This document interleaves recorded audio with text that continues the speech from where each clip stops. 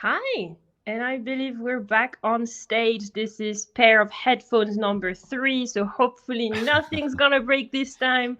Hi everyone, if you're joining us right now, this is the Content Summit. We're with Anthony Canada. Hi Anthony. Hello, how are you? I'm great. I'm great. I'm super pumped. We're based in France, but we're having this set of chats with all our American speakers. So it's one of the best reasons to finish work at midnight tonight. And we're having a great time so far. We've spoken to Zoom about TikTok. We've just spoken to ClickUp and Melissa Rodenthal, and we've learned so many good things. Cool. So now we're going to speak to you. All Right right. before we jump into your presentation, which I know is amazing, just a little bit of housekeeping. You know, I love a bit of housekeeping. If you have messages or questions, create like you can just do anything you want in the chat. But if you have questions for Anthony that you want him to have a look at the end of the presentation, make sure that you pop them in the Q&A. I know my team has been telling you this, but I want to make sure that I say it too. And before we get going, I just wanted to say hi to Anthony, give you a tiny introduction. So you've been chief marketing officer at immense companies like Front, like Hopin during COVID, so big deal. But you're like the busiest man in the world. You've written books, Ah, you're an advisor, you're a board member. Like, is there anything that you don't do? I don't really know. But ah, today you're gonna talk to us and walk us through one of the biggest trends in content marketing, which is the shift to media-led companies and how companies can start doing this if they're not doing it already. So the floor is yours, and I'll let you introduce yourself if you want to, but if not, I'm really excited for your presentation. awesome. Thank you so much. I'm blushing over here. I don't know if you guys can see it. That's a incredible intro. Thank you. I'm gonna go ahead and share my screen if that's okay. And hopefully this is coming across on everyone's end. But hello, from wherever you are, kind of tuning in. Again, my name is Anthony Canada, and I'm very excited to be able to speak to you all about, what I do believe is probably the biggest kind of transformation happening to marketing, especially in B2B marketing, that we're still really in the early days of. And so I think all of us agree there's something about video and podcasting and all of these new emerging mediums that we as SaaS or B2B companies need to do something with.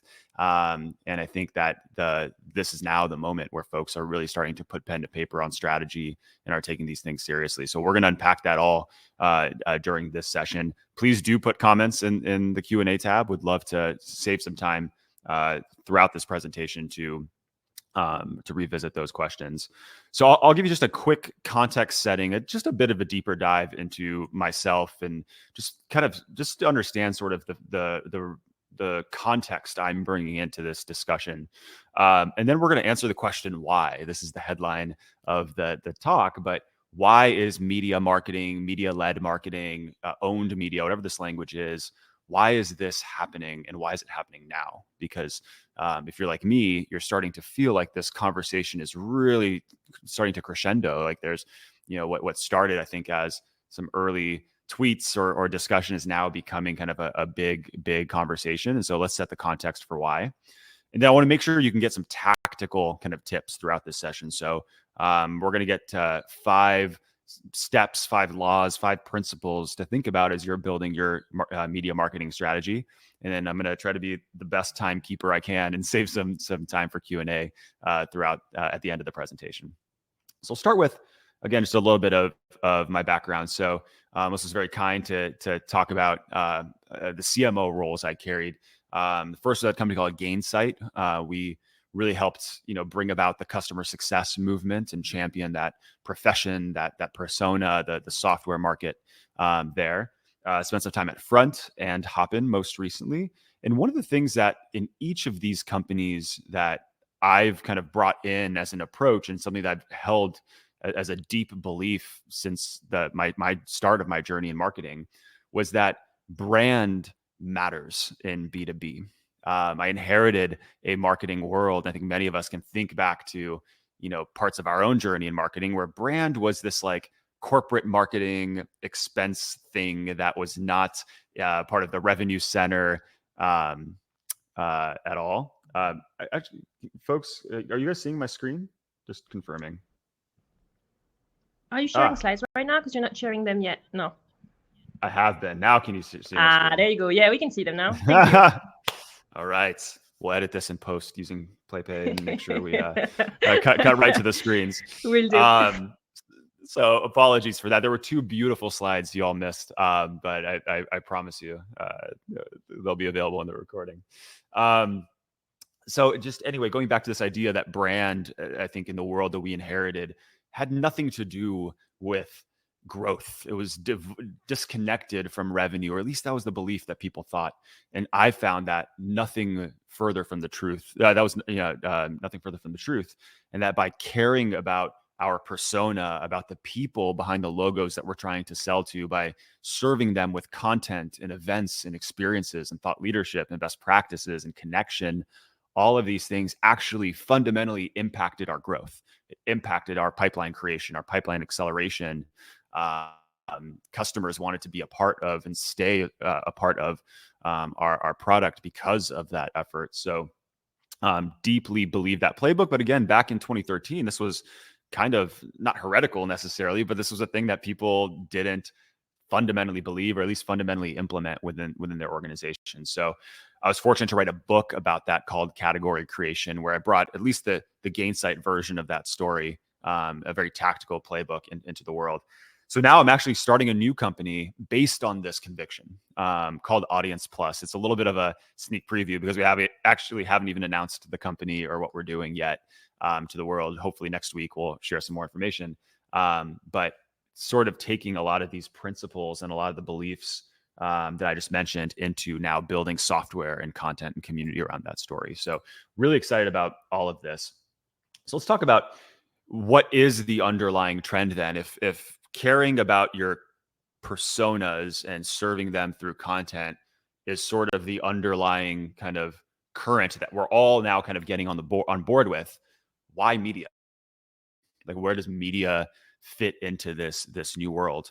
And I think the difference is that historically, when we've talked about content marketing, at least in terms of B2B SaaS, what we've really meant is blog posts.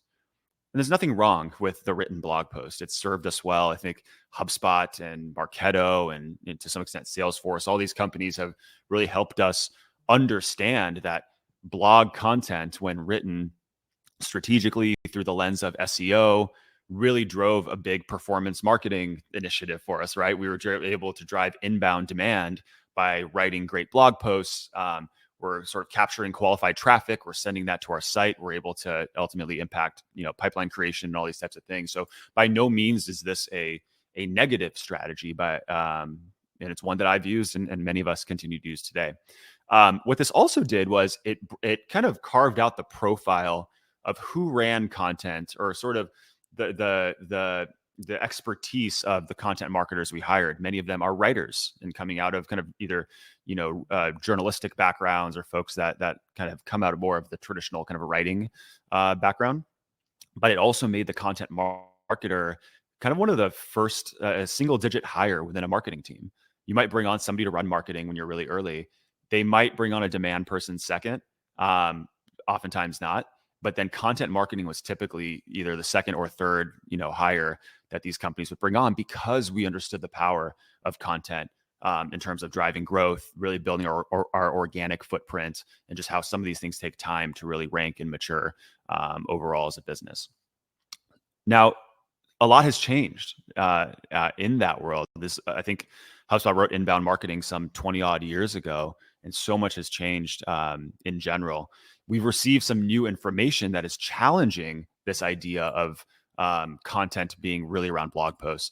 First is the mediums have changed. And so first of all, we know that in our consumer lives, we're starting to interact with video, whether it's short form video on TikTok, like, the Zoom session walked us through, long form video, episodic kind of editorial type of video. We're listening to podcasts. We're doing live streams and live events just like this. We're looking at more of these, or the change in consumer behavior is now making its way into businesses, and it's challenging us to be more editorial with how we go to market with our content approach. Second is there's been some changes to consumer data privacy laws, which is, again, good for consumers, but challenging for marketers, or introducing some new challenges for us in terms of how we actually monetize and impact our sort of digital marketing footprint. And really, there's no greater challenge that is just ahead of us here than the cookieless future. And I know many folks are thinking about this. Third-party cookies are already blocked today on most major browsers, so iOS, Firefox, and Safari. And in 2023, Google is committing to blocking third-party cookies on Chrome, which represents 61% of all web traffic. So this is actually massively disruptive for marketers. I don't think we're talking about this enough as a company, or as a community, because we're used to retargeting traffic when folks hit our site. They might land on a blog post through an organic search, and then we cookie them, and then we'll sort of follow them along in the ad networks to try to win that traffic back if they don't convert on that first visit. And so without some real sophisticated digital marketing work there, we have to figure out how can we actually get people to engage with more of our stuff and win them from the earliest days of our of visiting our property. What this does, it places a renewed and important kind of focus on first party data, on capturing first party data, on engaging our first party data in order to drive business outcomes. And so this is really challenging us to rethink, okay, how can we capture first party data in the most interesting ways in order to kind of build our audience and be able to engage them appropriately? Which takes me to the third bit. There is this growing trend around deplatforming. And what do I mean by deplatforming? This really started in the consumer world, where folks were growing concerned about us being sort of the product for some of these third-party networks. You think about Twitter and YouTube, all these places. These are ad networks, right? At the end of the day, and they're using our content, they're using our followership in order to effectively impact their bottom line. Now, what we're learning too, and this is now coming from the creator economy, which is really a good leading indicator for us in B2B, is that a lot of these companies are actually intending to, or a lot of the organic reach for content that our creators are distributing is limited or throttled by an algorithm that they don't control. So with that, the big move that a lot of these folks are saying is, how can I take my followers and actually move them into an email database that I myself can own, have the legal consent to actually email these people, and then distribute my content directly to them, versus relying on all these third-party sort of networks that kind of get in between me and the customer, or me and my community. So that trend in the creator world is starting to make its way into the business world. And we too are thinking, how can we better take our followers on Twitter or whatever and get them to opt in to our marketable database, to subscribe to our thought leadership directly, so we can communicate with them, more effectively. So all of these challenges are starting to impact our thinking. And in B2B, we're looking to examples of the industry of where this has been solved before. And thankfully, there is an example. It's the consumer media world. They have long thought about audience building, distribution, leveraging emerging mediums, and how do you sort of deplatform folks from social into their subscriber base. This is something that there's been a lot of mature thought into this industry, but in B2B SaaS, we're still pretty new to this conversation. So in general, the idea that every company is becoming a media company is not new. People have been saying that for a while. It's almost like a trope now among the content circles. Like, oh yeah, every company's becoming media. I get it, but like, why? What I'm here to say today is, because of those changes I just mentioned, now this has gone from this like clever rally call perhaps within the content community, to a business imperative. Like, if you are not focusing on becoming more media centric, acting, feeling more like a media company, you're at risk of not reaching your intended audience in this next chapter of our industry. So if you don't believe me, there are many companies that are actually doing this in our space. Hubspot acquired The Hustle, which is about, I believe, 2 million entrepreneurs and business professionals that are part of their subscribers. So they actually acquired a media company and are starting to reinvent themselves from the inside out. Salesforce announced Salesforce Plus. And so this is an organic media company effort that they're building. They just announced at Dreamforce, I believe yesterday or the day before, a partnership with NBC Universal, where they're syndicating their content on some legacy, more tenured, established media platforms and of course, growing their subscriber base of Salesforce Plus in the meantime. So there's the list here and many others that are taking this on. But the belief that I have is every company in this next chapter of marketing will be focusing on creating rich content to break through the attention kind of challenges that we have happening within the marketplace, own their own audience data, and then leverage that data in order to impact business outcomes like pipeline creation, revenue accelerate. Literally every spot in the funnel will be impacted by our ability to leverage, capture and engage first-party data. So why? One more why for us. If we kind of keep clicking into the why does this matter? We believe that the media movement is going to be paving the way for this idea of community-led growth. And what do I mean by that? These are the buzzwords now, forgive me. On the marketing side, on the marketing-led growth side, this was the inbound. This was the Marketo world that we've sort of all grown up in, with like lead scoring and nurture and turning those folks into leads. That's all good and well. It sort of paved the way for product-led growth. And that sort of feels like the buzzword of the day a little bit. And for some companies, product-led growth makes a lot of sense. For many others, it does not. But what this is telling us is our redefinition of community being not just our customers, but everyone within our audience who wants to hear from us, who subscribes, actually leans in and says, I want you to send me your content. I want to learn from you. I want to come to your community events. All these things really sets the stage for our ability to grow through that audience. And so this is kind of, I think, that next kind of big wave that's happening, and owned media or media in general is the way we're going to get there. We're not just going to get there from like taking a Slack community and just driving a bunch of people to it, and hopefully people log in and we have a moderator. The empty state communities are not the answer. Our ability to create rich content and media is the way we're going to drive actual engagement within our communities that can then hopefully help inform business growth. So your role in content and media, wherever you sit in that equation, is central to community-led growth working in this next chapter. All right. So all good and well. That's the why. How do we actually do this? So again, there are some folks perhaps watching this that are well ahead in terms of their approach and their maturity in building a media marketing strategy. Some folks are hearing this maybe for the first time and are interested and want to get started. And so I'm going to try to kind of appeal to both sets of audiences here as we go through this. And so I'll flash this up first. So we're going to click through each one of these. And there were 7 actually. So we got it down to 5 for time. So we'll make sure to send in a follow-up, perhaps in a FAQ. I believe the team's putting together a couple more of these ideas. But I believe that the 5 sort of principles of a media marketing strategy are as follows. First is having a brand strategy, and we'll unpack this, that is meant to inspire your audience. We'll talk about inspiration as kind of a key attribute of media. Second is the people and the org design. How do you actually build a team that can go and execute a media strategy?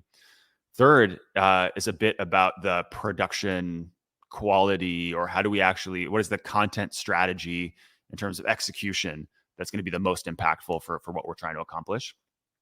Fourth, how do we take folks from the world at large and get them to actually subscribe to our thought leadership, or borrowing from the B2B language, opt into our marketable database and give us their legal consent to email them. It's so much more fun to just call it subscribe.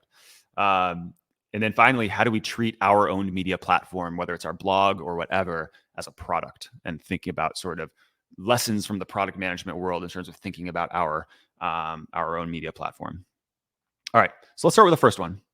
So there's this kind of, again, fundamental belief in B2B that we can, if we position our product and the value proposition of our product and message the product, they will come. People will come. And it's just a matter of us articulating the product marketing part of our story.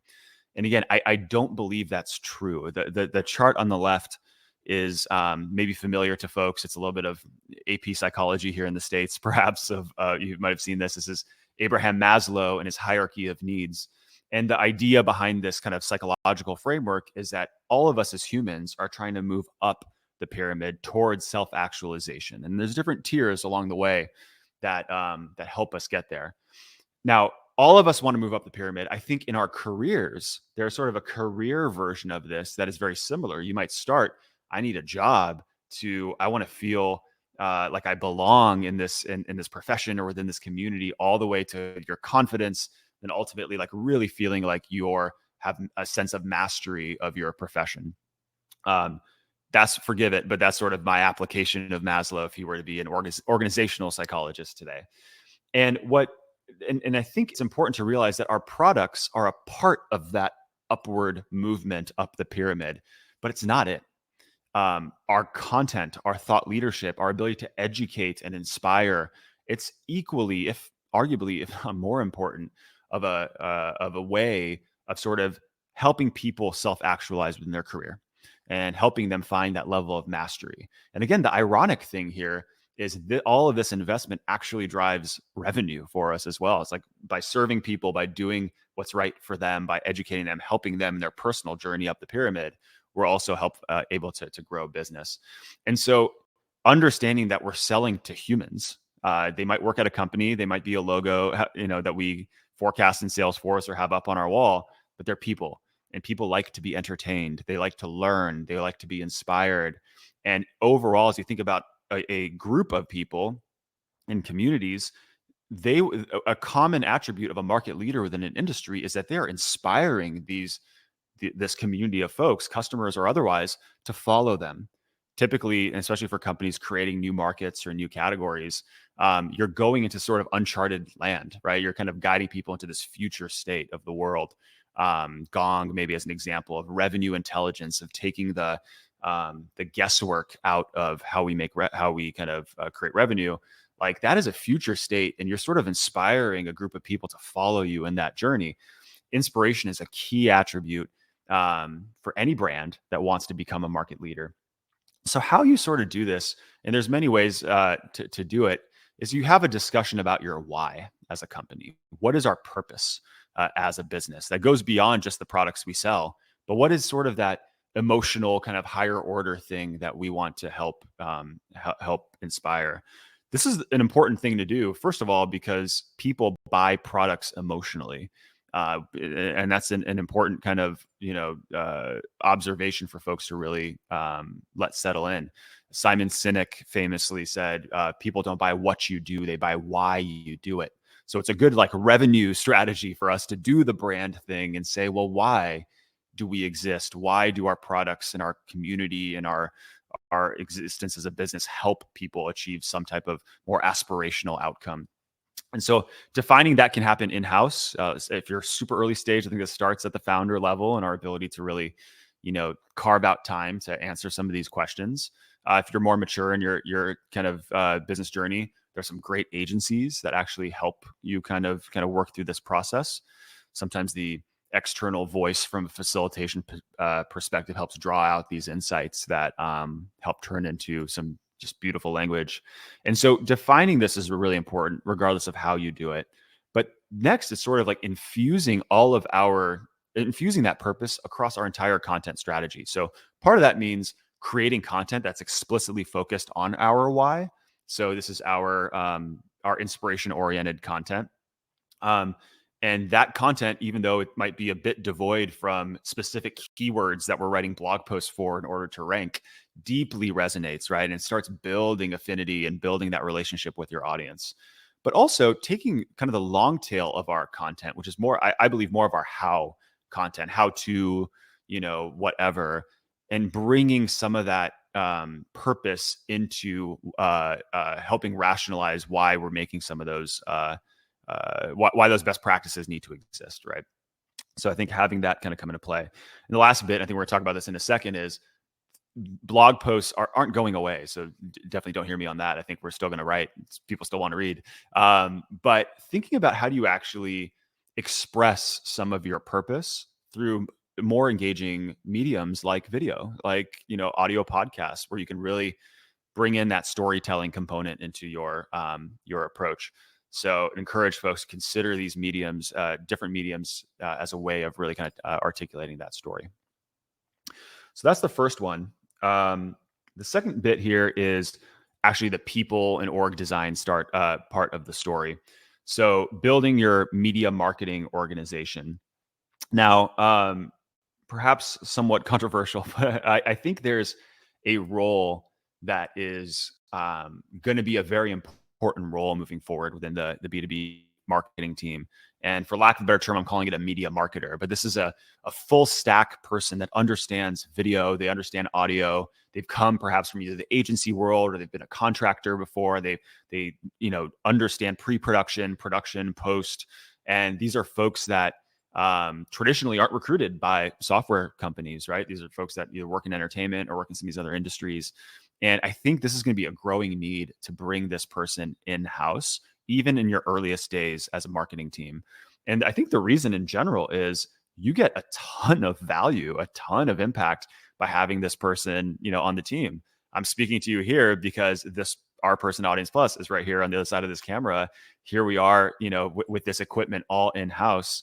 And we can produce a ton of content for not free necessarily, but effectively, once we kind of create the CapEx and actually buy the equipment, having this person like operate it and kind of help set the creative vision, you get so much kind of leverage on having that person in house. So I think we're going to continually hear more about this idea of a media marketer kind of being an emerging role within marketing teams. The other role that we're hearing a lot about is this idea of editorial. And this is kind of a hot button topic, or at least one that I'll admit I'm learning a lot about. I'm seeing some companies that are actually hiring a head of editorial. And that's a role that typically comes out of a journalistic background. And so you see some of these examples on the right. These are active folks that are currently at some of the leading, SaaS brands that we've all heard of, Asana, Workday, Dropbox, and others. And they all come from this journalistic background. Now, what's really interesting, and this is, I think, a part that I'm observing, is in some cases, editorial sits alongside content marketing, and they have sort of different charters, one being really aligned to product and performance marketing and that type of thing, and the other to storytelling and awareness and that type of thing. I think this depends on company size and maturity. In other companies, the content marketing team is actually just adding to their tool bag. They're hiring the media marketer directly into content marketing. They might be even organizing around the mediums and having, some in-house expertise on audio, some in-house expertise on short form video or whatever. But however, whether it's a separate role or the same, we're becoming more editorial in how we're running our content teams. We're thinking about distribution in a different way. We're thinking about short form video, something that, we didn't think about, a year ago, maybe even less, really, until TikTok, came around. But we now know that there's a changing expectation on how consumers are engaging with content, and we're shifting the way our teams are operating in order to sort of meet that moment. For very sort of late stage businesses, companies are actually even acquiring existing media properties or existing media companies. I mentioned The Hustle earlier. Pendo acquired a company called Mind the Product. And the idea here is, in general, this is actually, a pretty good acquisition if you're on the corp dev side of the team, in that, they're typically pretty high margin businesses that aren't very expensive to acquire. But these are people that actually have an audience. You're not just acquiring, a brand and a blog or something. You're acquiring content creators. You're acquiring influencers, SEO footprint already, engaged subscriber bases, and people that know how to actually, create a lot of this content over time. Last piece I'll add here really is we are seeing creators actually come in-house, or brands working with third-party influencers to create content and distribute it sort of exclusively through their own media efforts. And so I think this will be kind of a continued kind of emerging discussion for us of how can we leverage folks that are just really good at this, and they understand the different kind of channels, and they understand how to kind of create content for those channels. And in some cases, how can we leverage folks that have existing followership and audience and get them to do something on our network or on our property, and leverage their reach, leverage their distribution, as well as their expertise to get pretty far. So I think that's going to be kind of like we think about freelance content writers. It'll be an emerging kind of practice of how can we think of, influencers that are either at the peripheries of our industry or within our industry that we can tap to create content on our behalf. All right. much more to be said. That's a whole other session probably on media marketing team, but I'll kind of pause that there. Third is this idea of producing content in a way that creates authenticity. And so this was a big challenge for me because even starting this business, my first gut to starting to create content, and, we're going to be a content company. And so it's like, it's got to be perfect. It's got to be amazing, Netflix quality, right? Was to go out and bid to a bunch of agencies. And I think the one of the better quotes we got was $200,000 US for 6 episodes of this like mini series show we wanted to produce. Impossible, right? Like completely unfathomable for a company that at the time had 3 people on board. But what I started learning when I was asking more about this was there's an interesting, almost generational divide here where my millennial self like really resonates to the high quality Netflix type of production. If you've watched Chef's Table on Netflix, it's amazing the type of work that's happening there. Obviously very expensive, different budget. But that was the draw. That was the sort of dream, was to be able to produce stuff like that. And then you realize that folks that are sort of growing up in this TikTok kind of world, they're using this to create content. And beyond it, that authenticity that comes with using an iPhone or something just a lot easier, perhaps, than working with some of these large agencies, actually resonates more than if you were to spend the money to do a Netflix style show. And the reason is this, and again, there's a lot of interesting research here around Gen Z now entering the workplace, but there's almost a distrust at super high end production quality, meaning, okay, they spent a ton of money to make this look great. Maybe it got there, maybe it didn't, but it feels like a commercial. I feel like I'm being sold to. I feel like I'm being marketed to, versus someone with a phone that is doing something that's very authentic. They're shipping content regularly. And you kind of feel like you're along for the ride into their mind or into their day. And the best example, or one example of this, is this thing called Monkey Man on TikTok. I had to be told about this. Again, I think a generational divide, but it's this monkey toy thing that effectively is dropped from high like altitudes and filmed on camera. And they've got like 1.6 million followers now of just this person dropping this monkey toy and filming it. And now they have an e-commerce store. You can buy the monkey toy. It's one of the most successful e-commerce stories of this last year.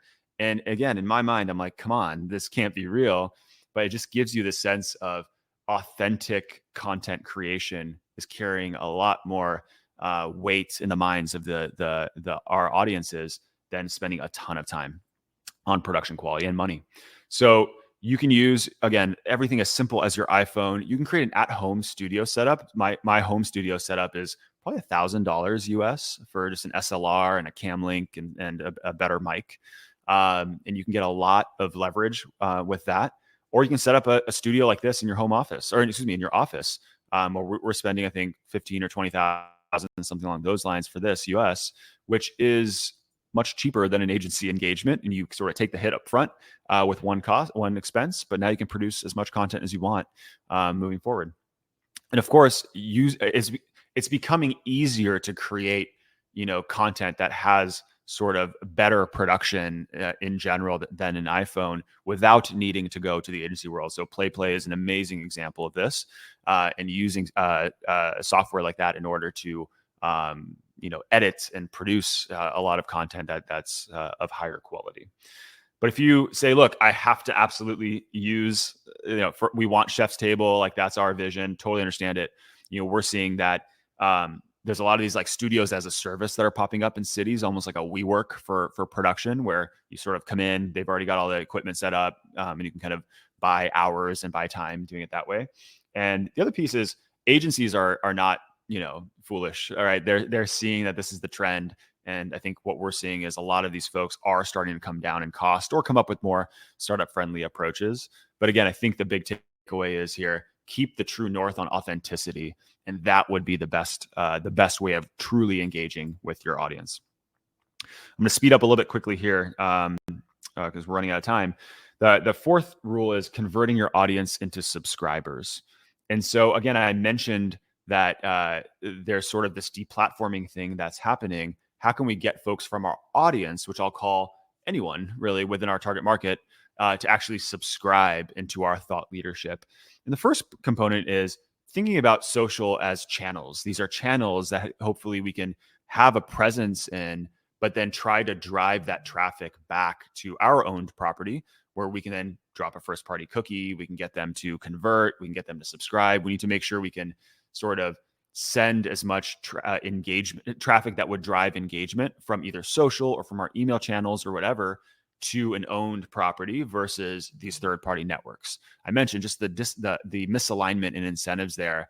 We can benefit quite a bit on the data capture side and the engagement side by driving them to places that we own versus just sending traffic to Spotify or something along those lines. Not giving away all of your content in feed. What we're doing is we're producing clips of content, short form videos that play well in a feed. It can capture the 90-second to 3-minute attention of someone that's on Twitter or TikTok or whatever. But then we promote, and this is platform dependent, but we promote a link to get folks to watch the full episode back on our property so we can get them back onto our site. Now, social media, I mentioned these are ad platforms, right? Social media, third-party networks like Spotify and YouTube, all of these people will be happy to sell you ads. And I think we should take them up on it because that's really their core competency. So thinking about paid media on those networks as a way to amplify our content, amplify awareness of our brand, our thought leadership, our community, and again, with the intent of driving them back to our site. Now, once they're on your site, how do you actually get them to fill out the form? It's important to note being able to create content that's exclusive to subscribers. That's one of the key elements of this, where we have content that's oriented around awareness and organic and reach, and we should definitely, of course, do that. But thinking about creating a separate content stream that's exclusive to your community of subscribers, or it might be experiences like events just like this one, rethinking the traditional webinar and saying, okay, we're actually doing an exclusive stream with our CEO for a whiteboarding session just for our subscribers of our community. This is, again, borrowing strategy from the consumer media world, worked quite well over the last several years. And then thinking, rather than putting a form in front of a video, which we see nowhere in any consumer examples, what these brands are doing is they're gating access to the membership of the community, right? So I'm a big believer, instead of gating content and creating that friction to your content, instead gate access to that exclusive content or to the newsletter or to the sort of the rich kind of engagement that would happen if they were subscribers. Speeding up here, we're only a couple minutes left, and maybe this is going to end on thinking about your owned media platform, whether it's your blog or whatever, like a product. This is the hardest working surface from a demand capture perspective, demand creation perspective on your whole website, right? On the internet, this is your front end between your brand and your audience. And so thinking about the calls to action and how we sort of beta test how to best convert that audience into subscribers, using data to maybe make more personalized recommendations on top of your platform. So are they, if folks within your target audience, from a firmographic perspective, we know that within this title set, they listen to podcasts and it's really around these topics. How can we dynamically show them those experiences and create a better path to conversion throughout your site? And then finally, thinking about, again, your distribution efforts there, and like product management, being able to ship content regularly, not having cadence be an important part of our release. We don't want sort of a, for lack of a better term, stale, media property where we put something up there once a week. We want to make sure to be constantly releasing new content, focused on authenticity, again, not necessarily focused on, high quality production, and being able to get folks to come back regularly and feel like they're being served by this content. So those are the 5. Went a little quick there. Hopefully any of this was valuable to y'all. We may not have time for questions, but let me really quickly stop sharing and see if there are any questions.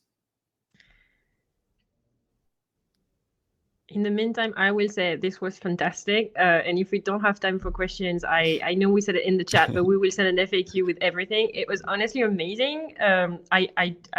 Yeah, I'm amazed. It was amazing. So thank you so much, Anthony, for sharing all of this. I'm sure so many people are now going to want to get started, get cracking on strategy, because that was really insightful. Thank you so much. Awesome. Thank you all. Appreciate it. Thanks. Have a good rest of your day.